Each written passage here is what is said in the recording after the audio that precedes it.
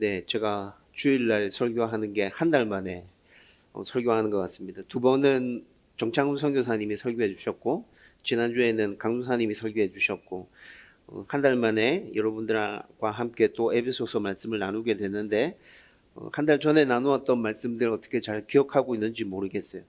여러분, 한 달 전에 우리가 에베소서 말씀을 통해서 우리 모두는 교회로 부름받은 성도는, 교회는 하나님의 걸작품이라는 것에 대해서 말씀을 나누었습니다. 이 세상의 모든 교회는 하나님의 작품이고, 그리고 주일날은 곳곳에 서 있는 그 지역 교회마다 하나님의 작품 전시회가 열리는 날이라고 한 달 전에 말씀을 나누었죠. 여러분, 10절에 그 근거가 어딨냐? 10절에 보면 개역개정으로는 우리는 그의 만드신 바라 이렇게 얘기했었어요.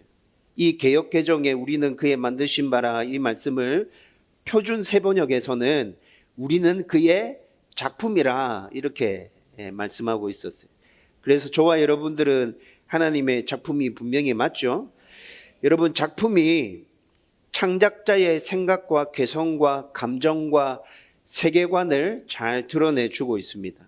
그래서 작품이 하나하나 이렇게 따로 떨어져 있을 때는 그 작가의 개성이, 세계관이 어떻는지 잘 표현하지 않지만, 작품이 한자리에 모여져 있을 때, 전시회가 열릴 때는 그 작품 하나하나마다 그 작가의 개성과 생각과 세계관, 감정들이 작품을 통해서 드러나게 되잖아요. 그렇죠? 여러분, 하나님의 작품인 교회는 여러분 이렇게 모여 있을 때 하나님이 우리의 모습 가운데 드러나야 된다고요. 그것이 지극히 정상적인 교회의 모습이고 정말 좋은 아름다운 교회의 모습이라는 것이죠. 여러분, 우리가 이렇게 하나님의 모습을 드러내면서 살아갈 때 하나님이 우리의 모습을 보면서 정말 기뻐하고 즐거워하실 거예요. 그리고 하나님께서 우리에게 주시겠다고 약속하신 그 은혜와 복들이 저와 여러분들의 삶에 풍성하게 부어지고 임하게 될 것입니다. 그렇다면 하나님의 작품인 교회가 하나님을 제대로 드러내기 위해서는 어떻게 해야 합니까? 사주전에 세 가지로 나누었었는데 그 첫 번째는 믿음으로 하나님의 선물인 구원을 감사함으로 받아야 합니다. 여러분, 하나님이 구원을 인간들에게 다 선물로 주셨습니다. 그런데 이 선물을 받아들이는 이가 하나님의 작품이 되는 것이죠. 본래 하나님께서 창조하신 아름다운 세상에서는 모든 것들이 하나님의 작품이었습니다. 그런데 죄로 말미암아서 그 작품이 찌그러지고 망가졌죠. 찌그러지고 망가진 그 하나님의 작품을 하나님은 다시 새롭게 회복시키시는데 그 회복시키시는 방법이 구원이라는 것이었어요. 복음이라는 것이.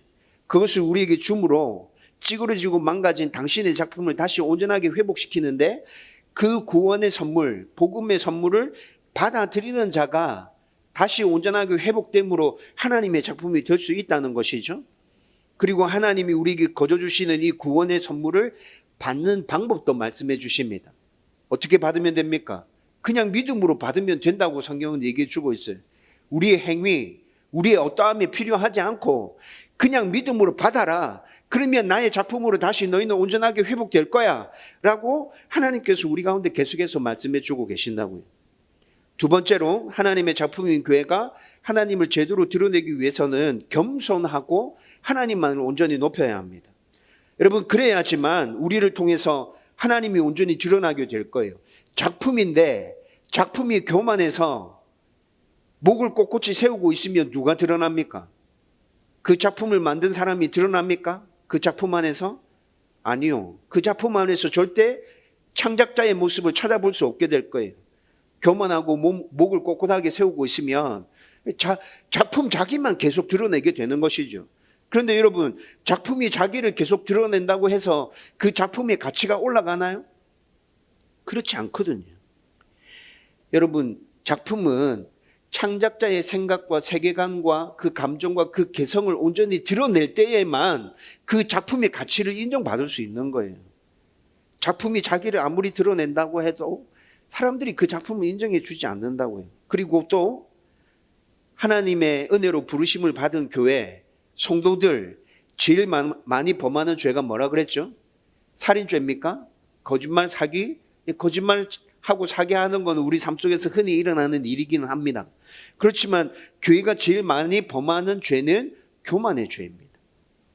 나를 만드신 주인을 드러내려고 하는 것이 아니라 나 자신을 스스로 드러내려고 하는 그 교만의 죄를 저와 여러분들이 제일 많이 범하고 있다고요. 세 번째로 하나님의 작품인 교회가 하나님을 제대로 드러내기 위해서는 하나님이 계획하신 선한 일을 온전히 이루어야 합니다. 교회는 행위로 구원받지 못하지만 구원받은 후에는 하나님이 원하시는 선한 행위를 마음껏 펼치면서 살아가야 합니다. 여러분, 하나님께서 우리를 왜 구원해 주셨죠? 당신이 계획하신 선한 일들을 이루기 위해서 우리를 구원해 주신 거예요. 그러면 하나님이 원하시는 선한 일, 선한 계획은 도대체 뭡니까? 하나님의 작품들을 통해서 당신의 선하심과 신실하심과 위대하심이 드러나는 그 일을 하나님이 일을 계획하셨어요. 작품인 우리들을 통해서 하나님이 온전히 드러나기를 하나님 원하시고 계시는 거예요. 만물의 왕이신 하나님의 다스리심과 통치가 제대로 실현되는 당신의 나라가 이 땅 가운데 굳게 세워지기를 하나님 바라시고 원하시고 계신다고요.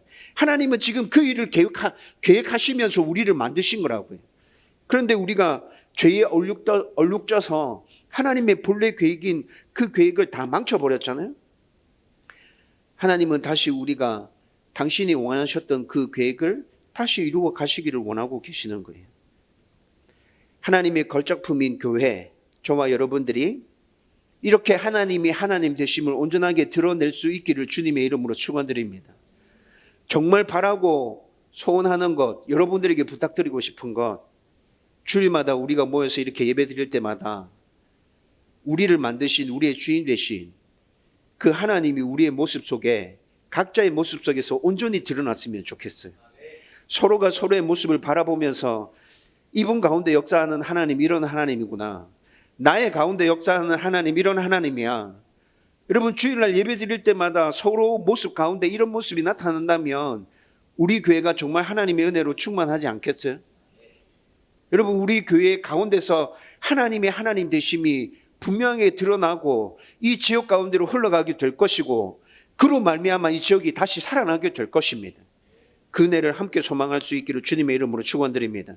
오늘은 에베소 성도들과 이 땅의 모든 교회가 어떻게 세워졌는지에 대해서 여러분들과 함께 말씀을 나누려고 합니다. 여러분, 저와 여러분들이 오늘 함께 읽었던 말씀 11절의 시작이 그러므로 생각하라 라고 시작되고 있습니다. 여러분, 그러므로 생각하라 이렇게 시작되고 있는 이 모습을 봐서 11절 이후에 쭉 이어지는 말씀들은 그 앞에 나왔던 말씀과 어떤 연관성이 지금 있구나, 연결되어서 말씀이 쭉 진행되고 있구나 라는 것을 추측할 수 있죠.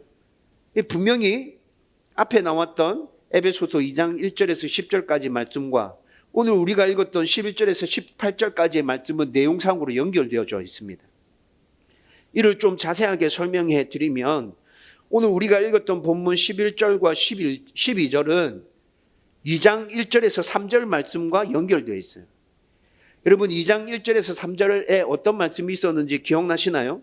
오래전에 나누었기 때문에 잘 기억나지 않을 겁니다. 저도 잘 기억나지 않았는데 말씀을 준비하면서 다시 그 기억이 떠올랐거든요. 여러분, 1절에서 3절까지는 예수 믿기 전에 모든 사람의 상태에 대해서 얘기해 주고 있었어요. 예수 믿기 전에 모든 사람의 상태가 어떠했는지 2장 1절에서 3절까지 말씀을 쭉 했었는데, 한마디로 요약하면 본질상 진노의 자녀였다. 네, 예수 믿기 전에 이 땅에 사는 모든 사람들은 본질상 진노의 자녀였어. 여러분, 이제 생각나시죠? 이게 1절에서 3절까지 말씀이었어요. 그런데 이 1절에서 3절까지의 말씀이 오늘 본문 11절에서 11절의 말씀과 연결되어진다는 거죠. 오늘 본문 11절에서 12절 말씀은 좀 더 구체적이고 범위를 좁혀서 구원받기 전에 이방인들의 상태가 어떻는지에 대해서 말씀해 주고 있습니다. 1절에서 3절은 구원받기 전 모든 사람들의 상태, 11절에서 12절은 구원받기 전 이방인의 상태. 좀 더 정확하게 말씀드리면 여기서 말하는 이방인들은 에베소인들을 가르치고 있는 거예요. 구원받기 전에 에베소인들, 너희들의 상태가 이랬어, 이게 오늘 11절에서 12절 말씀이라고요. 그리고 13절에서 18절 말씀은 4절에서 10절까지의 말씀과 관련이 되어 있습니다. 연결되어져 있습니다. 4절에서 10절까지 말씀이 어떤 말씀이었죠? 모든 성도를 예수 안에서 구원하셔서 당신의 걸작품으로 만드셨다. 처음에 모든 사람들은 본질상 진노의 자녀였어요. 그런데 예수 그리스도의 공로로 은혜로 말미암아서 하나님의 걸작품으로 우리를 다시 회복시키셨고 그렇게 만들어 주셨다. 이게 4절에서 10절까지 말씀이었죠. 여러분 오늘 읽었던 13절에서 18절까지 말씀은 이 말씀과 연결되어져서 유대인과 이방인을 예수 안에서 하나 되게 하시고 한 몸 되게 하시고 하나님과 화목되게 하셨음을 설명해 주고 있어요. 여러분 하나님께서 베푸신 보편적인 은혜, 진리가 구체적이고 범위가 좁혀져서 에베소 성도들에게 적용됨을 지금 설명해 주고 있는 거예요. 11절에서 18절 말씀은 에베소 성도들을 향한 바울의 설명이에요. 보통 사람들은 보편적인 진리로 설명하면 그것이 자기의 이야기가 아니라고 받아들입니다. 보편적인 진리면 모든 사람들에게 다 똑같이 적용되는 진리인 거죠. 여러분들 어떻습니까? 성경에서 이야기해 주는 이 이야기들, 성경의 메시지들, 하나님의 말씀들은 그때 그 당시에 살았던 사람들에게뿐만이 아니라 지금 이 시대를 살아가고 있는 저와 여러분들에게도 똑같이 주어지는 말씀이라고요. 믿습니까? 그런데 이 말씀을 그렇게 받아들일 때가 얼마나 되냐? 뭔가 특별한 계기와 사건이 있어서 뭔가 특별한 은혜가 내게 임해서 이 말씀이 붕 떠올라서 나의 눈에 딱 들어와야 아 하나님께서 이 말씀을 지금 나에게 주시는 말씀이구나 라고 받아들여지지 않습니까? 여러분 그런데 바울이 사람들이 보편적으로 하나님의 말씀을 이렇게 받아들이고 있다는 걸 너무 잘 알고 있는 것 같아요. 그래서 바울은 처음에 에베소서 2장 1절에서 10절까지 이 세상에 살았던 사람, 지금 살고 있는 사람, 앞으로 살게 될 사람, 모든 사람들을 통틀어서 보편적인 진리로 하나님께서 어떻게 은혜를 베풀어 주셨는지, 어떻게 우리를 교회로 불러주셨는지 설명했어요. 그런데 이 설명을 그렇게 끝내지 않고 더 구체적으로 범위를 좁혀서 이 진리가 에베소인들아 너희들에게도 똑같이 적용되는 진리인 거야. 하나님이 너희들을 위해서 이렇게 해주셨어. 예수님이 너희들을 위해서 이렇게 해주셨어. 너희가 교회로 부름받은 자들이에요. 여러분 지금 바울은 이 메시지를 통해서 에베소인들에게 이렇게 강력하게 그들에게 적용되어지는 하나님의 메시지를 선포하고 있는 것이죠. 여러분 지금부터 시작되는 바울의 이 설명은 오고 오는 모든 성도들에게 적용되어지는 개별적인 진리입니다. 다시 정확하게 바꿔서 말씀드립니다. 저와 여러분들에게 주시는 말씀입니다. 여러분 오늘 이 말씀을 나에게 주시는 말씀으로 여러분들이 진지하게 받아들일 수 있기를 주님의 이름으로 축원드립니다. 아담과 하와가 죄를 범하고 타락한 후에 온전했던 이 세상의 모든 관계와 질서들이 다 깨어졌습니다. 사람과 하나님과의 관계가 깨어졌죠. 사람과 사람 사이의 관계도 깨어졌습니다. 사람과 자연 사이의 관계도 다 박살났습니다. 여러분 이 모습이 어떻게 드러납니까? 창세기 3장에서부터 아주 선명하게 드러나고 있습니다. 창세기 3장에 아담과 하와가 죄를 범하고 난 다음에 하나님과 사람 사이의 관계가 깨어졌죠. 그 깨어진 모습이 어떻게 나타나냐? 하나님의 심판이 사람에게 임하죠. 죽음이 임했습니다. 그리고 또 사람과 자연은 어떻게 깨어졌습니까? 사람의 죄로 말미암아 땅이 저주를 받아서 풀과 엉겅퀴를 내게 됩니다. 그리고 사람과 사람들 사이에서는 치열하게 싸움과 다툼이 일어나게 되죠. 로마서 8장에 넘어가 보면 사람과 만물의 깨어짐, 사람과 자연의 깨어짐에 대해서 만물이 하나님의 아들들이 나타나기를 소망하고 기대하고 바라고 있다고 얘기하고 있습니다.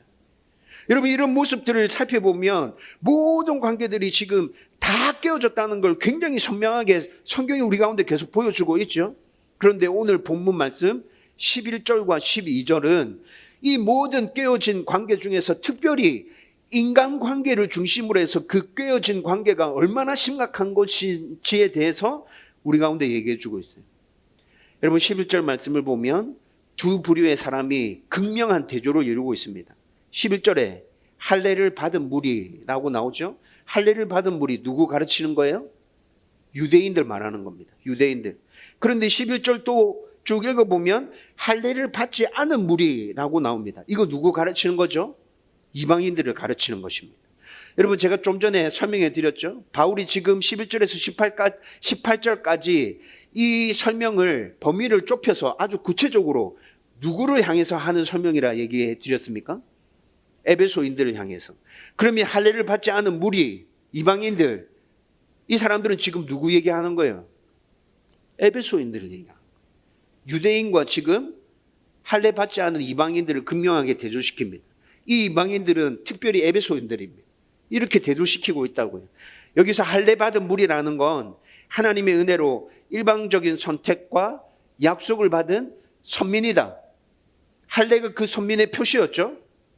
여러분 이 할례로 말미암아서 선민의 표시인 이 할례로 말미암아서 유대인들은 극강의 자부심을 가지고 있었어요. 나는 선민이야. 이방인들을 어떻게 보죠? 멸시의 눈으로 쳐다보죠. 니네들은 짐승에 불과해. 무할례, 할례 받지 않은 사람들, 하나님의 저주를 받은 자이고 방금 설명해 드렸던 것처럼 유대인들은 그들을 경멸의 눈빛으로 쳐다보고 있습니다. 여러분 오늘 우리가 읽었던 11절 말씀에 이 의미들이 고스란히 다 포함되어 있습니다. 바울이 지금 에베소인들이 받은 그 은혜, 교회로 부름받은 그 은혜가 얼마나 큰 것인지에 대해서 설명하기 위해서 여러분 이 두 부류에 이렇게 치열하게 대립되고 있는 상황을 11절에서 극명하게 드러내고 있는 것이라고요. 바울은 그 누구보다도 유대인과 이방인 사이에 골이 깊고 극명한 이 대립에 대해서 너무나도 잘 알고 있었죠. 그가 왜 잘 알고 있었을까요? 여러분 지금 바울은 에베소서를 로마의 감옥에 갇혀서 쓰고 있거든요. 로마의 감옥에 갇힌 그 사건이 어떤 사건이었어요? 3년 전에 바울이 로마 감옥에 갇히기 3년 전에 예루살렘에 있었던 드로비모와 관련된 사건 때문에 지금 3년이 지나서 로마 감옥에 갇혀져 있다고요. 그런데 드로비모와 관련된 사건이 뭐냐면 드로비모는 이방인이었어요. 이방인은 절대 성전에 들어갈 수 없어요. 그런데 바울이 3차 전도 여행을 마치고 난 다음에 드로비모라는 사람과 예루살렘에 들렀는데 유대인들이 이때 이 당시에 바울을 엄청 싫어했죠. 바울을 죽이고 싶어 했어요. 이방 사람들에게 복음을 막 전하고 다니니까. 그리고 유대인들에게까지 예수님 믿어야 된다고 복음을 선포하고 있으니까 유대인들이 바울을 너무 싫어했는데 바울이 드로비모와 함께 예루살렘 시내를 다니는 모습을 보고 이걸 엮어서 바울을 죽이려고 했는데 어떻게 엮었냐? 바울이 이방인인 드로비모를 데리고 예루살렘 성전에 들어갔어. 여러분 이렇게 주장하면서 바울을 죽이려고 했다고요. 이때 이 당시에 이방인들은 성전에 절대 들어가면 안 됐어요. 지금도 여전히 예루살렘 성이 있는 곳에 가보면 팻말이 붙어져 있습니다. 그때 그 당시에 붙어져 있었던 그 팻말 그대로 이방인들이 성전에 출입할 시에는 죽을 수도 있습니다. 여러분 지금 여러분 성지순례 가면 그 팻말 볼 수 있습니다. 여러분 이때 이 당시에 바울이 이런 분위기 가운데 살아가고 있었다고요. 그런데 그 분위기 가운데서 어떻게 잘못 엮여서 그 사건이 발단이 되어서 3년이 지나서 바울이 지금 어디에 갇혀 있어요? 로마의 감옥에 갇혀져 있어요. 여러분 바울이 3년 동안 이 수많은 사건들을 겪으면서 로마 감옥까지 오기까지 유대인과 이방인의 이 극명한 대립을 얼만큼 많이 경험했겠어요. 이것뿐만이 아니죠. 갈라디아서 2장을 읽어보면 베드로가 이방인들이랑 식사합니다. 베드로가 이방인들이랑 식사하고 있는데 야고보가 베드로에게 보낸 유대인들이 베드로가 있는 곳에 도착하거든요. 그런데 베드로가 그 유대인들이 도착한 모습을 보면서 식사하다가 중간에 그 자리를 이탈해서 어디론가 황급히 사라져 버립니다. 여러분 바울이 이 사실을 알았어요. 그래서 바울이 어떻게 하죠? 베드로를 아주 심하게 책망합니다. 여러분 이때 이 당시에 베드로는 누구죠? 사도 중에 대표잖아요. 그렇죠? 여러분, 사도들도 유대인과 이방인들의 이 극명한 대립 사이에서 이런 실수를 범할 때가 있었다고요. 베드로가 이런 실수를 범했어요. 그리고 바울의 이 모습을 보면서 사도들의 대표라고 할 수 있는 베드로마저도 아주 심각하게 책망하고 있습니다. 너 지금 뭐 하는 거냐? 복음으로 이미 유대인과 이방인이 하나 되어졌는데 너는 그걸 너무나도 잘 알고 있으면서 그럼에도 불구하고 유대인들이 식사하는 자리에 찾아왔다고 그렇게 도망가냐? 너 사도 맞아? 너 베드로 맞아? 너 진짜 왜 그래? 여러분, 바울이 베드로한테 엄청 혼을 낸 사건이 있었어요.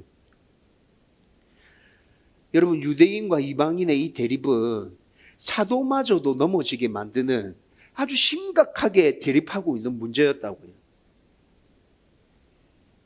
여러분, 이뿐만이 아니라 오늘 본문에 나타나는 말씀을 쭉 읽어보면 지금 바울은 11절에서만 이걸 드러내고 있는 게 아니라 12절 계속해서 이 사실들을 계속 부각시켜서 드러내고 있어요. 구원받기 전 이방인 에베소인의 상태를 설명하면서 지금 11절과 12절에 바울은 그때에라는 단어를 사용하고 있습니다. 11절에 그때에라는 단어를 사용하고 있는데 이 그때에는 육체로는 이방인이고 무할례자였던 때, 그때를 말하고 있습니다. 육체로는 이방인이고 무할례자였던 때. 12절에 그때에라고 얘기하고 있는데 12절에 그때에라는 이 단어는 에베소인들이 예수 믿기 전에 처해 있었던 그 상황 상태를 지금 이렇게 표현해 주고 있어요. 종합해보면 11절에 그때에, 12절에 그때에 라는 표현은 예수가 성육신하기 전에, 예수님이 이 땅에 구원을 이루시기 위해서 오시기 전, 또 이방인들이 예수를 알기 전, 이때를 그때라고 지금 바울이 계속 표현하고 있습니다. 그리고 특별히 12절에서는 그때에 에베소 성도들, 이방인들의 상태가 어땠는지에 대해서 설명해 주고 있다고 말씀드렸잖아요.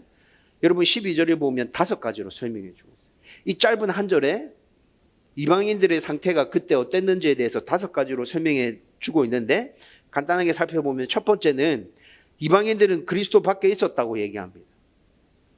이방인들, 에베소인들, 너희들은 그리스도 밖에 있었어. 이것은 하나님이 그들에게 전혀 관심이 없었다는 뜻이 아닙니다.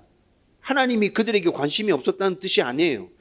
여러분, 에베소인들이 그때에 이 당시는 아직 하나님을, 예수님을 믿지 않고 있어요. 그런데 여러분, 하나님의 선택과 예정하심 안에는 에베소인들이 포함되어 있습니까? 포함되어 있죠. 하나님의 선택과 예정하심 안에는 에베소인들이 포함되어 있다고요. 그런데 삼위 하나님의 전적인 은혜로 구원받기 전에는 이들이 예수님을 알 수도 없고 기대할 수도 없고 그 예수님으로 구원이 이루어질 거라는 사실을 깨달을 수도 없는 상황 가운데 처해 있다는 겁니다. 여러분, 두 번째로 또 12절에서 설명해 주고 있는 이방인들의 상태는 이스라엘 나라 밖에 있었습니다. 이스라엘 나라 밖에 있었어요. 여기서 나라라는 이 단어는 시민권을 뜻하는 단어이고, 시민권, 신정국을 의미하는 뜻으로 사용되어졌습니다. 신정국, 하나님이 다스리는 나라. 하나님이 다스리는 신정국의 백성은 하나님의 언약 안에 있고 또 하나님의 특권과 축복을 누리게 되죠. 그런데 이방인들은 이스라엘 나라 밖에 있어서 이런 축복을 전혀 누릴 수 없는 상황 가운데 놓여 있다는 겁니다. 세 번째, 이방인들은 약속의 언약들에 대해서 외인이었습니다. 이스라엘 백성들에게는 하나님의 분명한 언약들이 주어졌지만 이방인들에게는 아무 언약도 주어지지 않았습니다. 구원받기 이전에 이방인들은 모든 하나님의 은혜에서 제외되어져 있었습니다. 네 번째로, 이방인들은 세상에서 소망이 없었던 자다라고 설명합니다. 여러분, 소망은 어디서 오죠? 진짜 소망. 전지전능하신 하나님의 약속에서부터 비롯되어집니다. 여러분, 그런데 이방인들 가운데는 하나님도 알 수도 없고 예수님을 알 수도 없었다고 말씀드렸잖아요.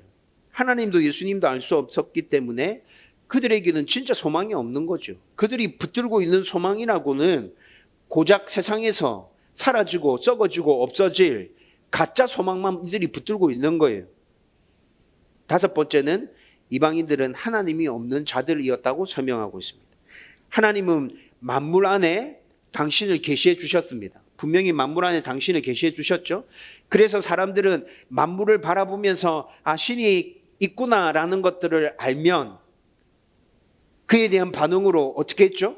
신이 있구나라는 것을 알았어, 느꼈어. 그에 대한 반응으로 이방인들이 어떻게 했어요? 우상을 만들어냈잖아요. 네. 그래서 하나님, 진짜 하나님을 이들은 알 수 없었죠. 뭔가가 있어라는 것은 분명히 알았는데 그 뭔가가 하나님이구나라는 건 알지 못했어요. 하나님이 없는 거예요. 여러분, 지금까지 바울의 설명은 구원받기 전에 이방인들, 구원받기 전에 에베소인들, 구원받기 전에 저와 여러분들의 상태가 이랬다고 지금 설명하고 있는 것이에요. 이렇게 구원받기 전에 에베소 성도들의 상태를 11절과 12절에 설명해 줬어요. 네. 그리고 난 다음에 13절부터 분위기가 완전히 바뀌어집니다. 달라집니다. 여러분, 13절 첫 단어가 어떻게 시작합니까? 13절 첫 단어, 이제는, 이렇게 시작하고 있어요. 여러분, 13절에 이제는 이라는 이 단어가 11절, 12절의 내용과 지금 이후의 내용이 완전 달라져 라는 것을 아주 선명하게 우리 가운데 보여주고 있죠. 13절에 이제는 이라는 이 단어는 11절과 12절에 쓰였던 그때와 그때에 라는 단어와 극명한 대조를 이루고 있습니다. 그리고 13절 말씀 쭉 읽어보면 그때는 전에 멀리 있었던 자였는데 이제는 13절 말씀에 뭐라 얘기합니까? 가까워졌느니라. 전에는, 그때는 멀리 있었어요. 근데 이제는 어떻게 됐다고요? 가까워졌어요. 이 일이 어떻게 이루어졌어요? 13절에 얘기합니다. 예수 안에서, 예수의 피로 말미암아 이루어진 것이다. 그때는 니네들이 멀리 있었는데 지금 가까워졌어. 이 일이 어떻게 이루어졌냐 하면 예수 안에서, 예수의 피로 이루어진 거야. 13절에 그렇게 얘기해 주고 있죠. 그리고 14절에서 17절까지 말씀은 구체적으로 예수님의 십자가 구속으로 우리 가운데 어떤 일이 일어났는지, 에베소인들에게 어떤 일이 일어났는지에 대해서 두 가지로 나누어서 바울이 설명하고 있습니다. 먼저 첫 번째는 유대인과 이방인 사이에 막힌 담을 모두 허시고 한 세 사람을 지어서 화평하게 해주셨습니다. 여러분, 이것이 14절과 15절의 말씀이에요. 앞서 잠깐 언급해 드렸는데 아브라함 때부터 하나님이 아브라함을 자기의 백성으로 부르신 그때부터 이 당시까지 유대인과 이방인은 아주 적대적인 관계에 놓여 있었다 그랬죠. 여러분, 탈무드에 어떤 말이 있냐면, 탈무드에 하나님이 이방인을 사람으로 창조하신 이유는 유대인들이 그들을 종으로 부릴 때 불쾌하지 않도록 하기 위해서였다. 여러분, 탈무드에 이런 말이 적혀져 있습니다. 제가 방금 말씀드렸던 거 여러분 이해했습니까? 여러분, 지금 이 시대에 이런 말이 입에 올려져서 나누어진다면 어떻게 되겠어요? 하나님이 이방인을 사람처럼 창조하신 이유는 유대인들이 그들을 종으로 부릴 때 불쾌하지 않도록 하기 위해서였다. 여러분, 이것이 탈무드에 적혀져 있는 내용이라고요. 이런 언급들 보면 유대인들이 이방인을 얼마나 경멸하고 배타적으로 대했는지 대번에 알 수 있잖아요. 그렇죠?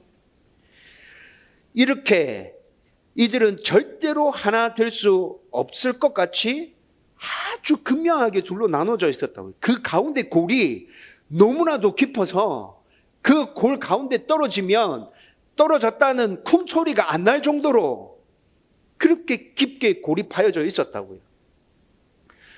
여러분, 물론 유대인들 입장에서 생각해 보면 유대인들은 선민이 맞아요. 그렇죠?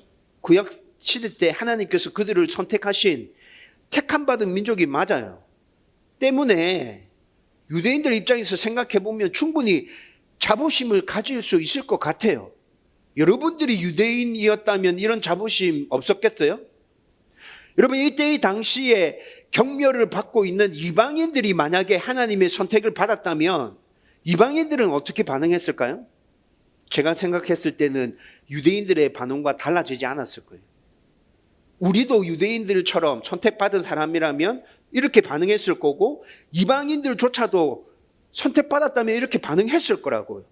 그렇지만 잘 생각해 보면 여러분, 유대인들이 이렇게 하고 있는 건 굉장히 어리석고 멍청한 짓을 하고 있는 것이죠.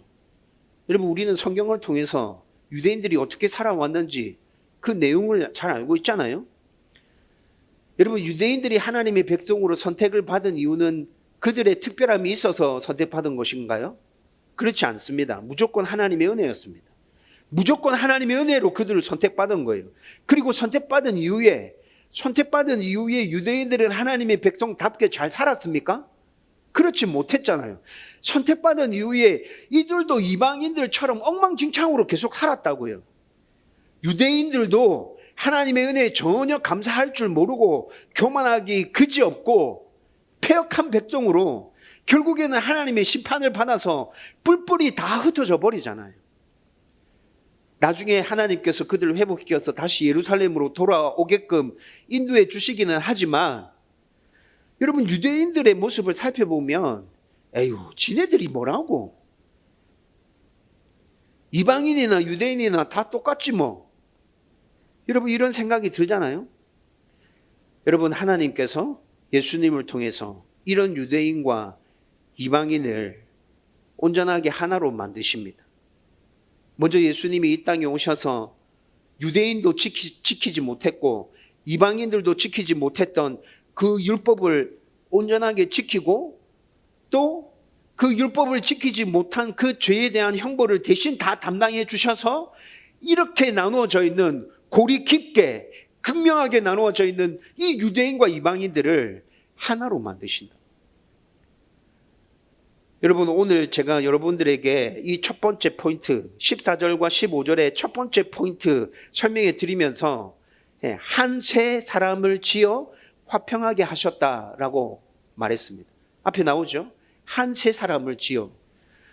여러분, 예수 그리스도의 은혜로 말미암아서 완전히 새로운 피조물, 새로운 공동체가 창조된 것이에요. 이뿐만이 아니라 두 번째는 16절과 17절에 나타나는데 하나님과의 관계도 온전하게 회복시켜서 화목하게 하셨습니다. 여러분, 첫 번째 포인트에는 지금 유대인과 이방인들을 하나로 온전하게 만드셨다 얘기했잖아요. 근데 이렇게 사람들끼리만 하나로 딱 만드시는 게 아니라 하나님과 사람 사이에 깨어진 그 관계도 하나로 딱 만들어서 온전하게 회복시켰다는 거예요. 앞서 아담과 하와가 범죄했을 때 모든 관계가 다 깨어지고 엉망이 되었다고 말씀드렸습니다. 여러분, 여기서 모든 관계가 다 깨어지고 엉망이 되어졌는데 가장 심각한 깨어짐, 가장 심각하게 관계가 망가진 것은 하나님과의 인간과의 관계이죠. 여러분, 이 관계가 깨어져서 인간은 죽음에 놓이게 된 거예요. 그런데 예수님이 십자가 구속으로 유대인과 이방인을 하나로 만드시고 여기서 끝나는 것이 아니라 하나님과 인간 사이에도 하나로 합쳐져서 화목을 이룰 수 있도록 모든 일들을 다 끝내셨다는 거예요. 하나님과의 관계를 깨트린 그 불순종, 그 죄들, 그 모든 것들에 대해서 당신이 대신 죄를 담당하시고 심판받으시고 인간들이 이루지 못했던 그 율법을 완벽하게 다 이루시고 우리에게 임했던 그 하나님의 진노와 관련된 모든 문제들을 다 해결하셨다는 것입니다.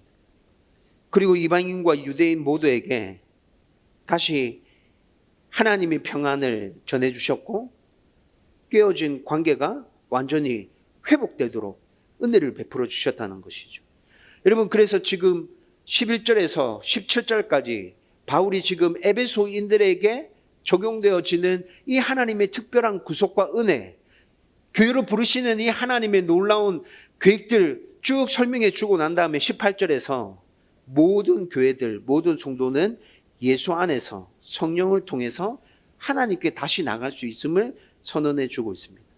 여러분, 이렇게 모든 사람들이, 특별히 오늘 본문에서는 에베소인들이 하나님의 은혜 가운데 다시 그에게 나갈 수 있도록 길을 열어주시기 위해서 이 모든 일들을 행하셨다고 설명해 주고 있는 것이죠. 여러분, 하나님의 일을 이루시기 위해서 우리가 앞에 에베소 말씀을 나누면서 살폈던 하나님의 예정과 선택, 예수님의 십자가 구속, 성령의 인침과 보증들이 다 완성되어지고 성취되어진 것입니다. 바울은 모든 이에게 임한 이 보편적인 구원의 은혜를 설명하고 난 후에 에베소 성도들을 위해서 다시 구체적으로 이 설명을 그들 가운데 선포하고 있어요. 너희들 가운데 임한 은혜다. 하나님이 너희들을 교회로 부르시기 위해서 이렇게 해주셨어. 그리고 또 교회로 부름받은 자가 누리는 이 은혜와 복은 에베소 성도뿐만이 아니라 지금 예수 그리스도를 구주로 고백하면서 신앙생활을 하고 있는 저와 여러분들에게도 똑같이 선포되어지는 은혜임을 바울은 지금 목에 힘을 주어서 선포하고 있는 거예요. 저와 여러분도 예수님의 구속으로 예수 안에서 온전한 교회로, 온전한 성도로 세워졌음을 확신할 수 있기를 주님의 이름으로 축원드립니다. 여러분, 이를 분명하게 확신해야 우리가 더 좋은 교회로 세워져 갈 수 있습니다. 더 좋은 성도로 굳건하게 설 수 있다고요. 여러분, 이제 말씀을 정리하려고 합니다. 오늘 본문에서 똑같은 단어가 사용된 것은 아니지만 비슷한 의미를 담고 있는 단어가 계속 반복해서 나타났습니다. 그리고 뭔가를 우리 가운데 계속 강조해서 전해주고 있습니다. 그 단어들이 어떤 단어들이죠? 여러분, 14절과 15절 말씀에 보면 화평이라는 단어가 사용되어졌습니다. 16절 말씀에 보면 화목이라는 단어가 있습니다. 17절 말씀에 보면 평안이라는 단어가 또 나타나고 있죠. 화평, 화목, 평안. 여러분, 이런 단어들이 담고 있는 의미는 무엇입니까? 상대와의 관계가 아주 평화롭고 순조롭고 근심과 걱정과 염려거리가 없이 아주 안정되어 있는 상태를 뜻하는 단어들이죠. 이 단어들이 담고 있는 의미가 전부 다 그런 의미입니다. 여러분, 특별히 14절을 보세요. 14절을 보시면 예수님을 정의 내립니다. 예수님을 정의 내리시는데, 정의를 내리는데 뭐라 정의 내립니까? 그는 우리의 화평이신지라. 예수님이 화평이라고 정의를 내리고 있습니다. 예수님은 하나님과 사람 사이에 깨어진 관계, 사람과 사람 사이에 깨어진 관계, 사람과 만물 사이에 깨어진 관계, 그 모든 관계들 안에 화평과 평화를 허락해 주시기 위해서 이 땅에 오셨습니다. 오늘 말씀에서도 예수님이 유대인과 이방인들 그렇게 고리 깊게 아주 극명하게 나누어져 있는데 당신이 십자가로 하나로 엮어주시잖아요. 유대인과 이방인들만 하나로 엮어주시는 것이 아니라 하나님과 성도들, 하나님과 교회도 온전하게 하나로 엮어주시잖아요. 이 땅의 모든 교회와 성도는 이렇게 예수님을 통해서 세워지고 그렇게 세워진 교회와 성도 안에 예수님으로 말미암은 평화가 넘쳐나게 된다는 것이죠. 제가 늘 강조하는 것인데 성경에서 말씀하는 평안은 세상이 이해할 수 없는 하나님의 본성에서부터 비롯되어지는 평안입니다. 상황이 좌지우지하는 게 아니라고요. 하나님 때문에 우리 안에 임하는 평안이라고요. 여러분, 저는 예수님을 통해서 교회로 부름받은 저와 여러분들 안에 이 평안이 넘쳐났으면 좋겠어요. 상황에 좌지우지되는 평안이 아니라 예수님이 당신의 희생으로 말미암아서 유대인과 이방인들 온전하게 하나로 만들어 주셨고 하나님과 인간 사이에 나누어져 있는 그 골깊은 그 어려운 문제들을 온전하게 하나로 엮어주셔서 평안을 허락해 주셨듯이 내가 예수 안에 있음으로 말미암아서 내 안에 넘쳐나는 그 하나님의 평안, 하나님과의 관계에서, 사람들과의 관계에서, 만물과의 그 관계에서 정말 이 평안이 넘쳐 흘렀으면 좋겠어요. 그러려면 어떻게 해야 됩니까? 이 평안이 우리 안에 넘쳐 흐르려고 하면 어떻게 해야 되죠? 우선 우리가 예수님을 통해서 교회로 부름받았음을, 예수님을 통해서 온전하게 세워짐을 확신해야죠. 여러분, 그 확신이 없는데 우리 가운데 하나님의 평안이 어떻게 주어집니까? 하나님의 사랑과 은혜가, 예수님의 구속이, 성령님의 인침과 보증이 다른 그 누구를 위한 것이 아니라 바로 나를 위한 거였어. 나 때문이었어. 나에게 주신 은혜야. 나에게 주신 복이야. 여러분들이 무엇보다도 이 믿음을 굳게 붙잡아야 우리 가운데 하나님의 은혜와 평안이 넘쳐나게 될 겁니다. 저와 여러분들이 이 확신으로 하나님의 평안을 누리면서 살아가는 교회가 되기를 주님의 이름으로 축원드립니다.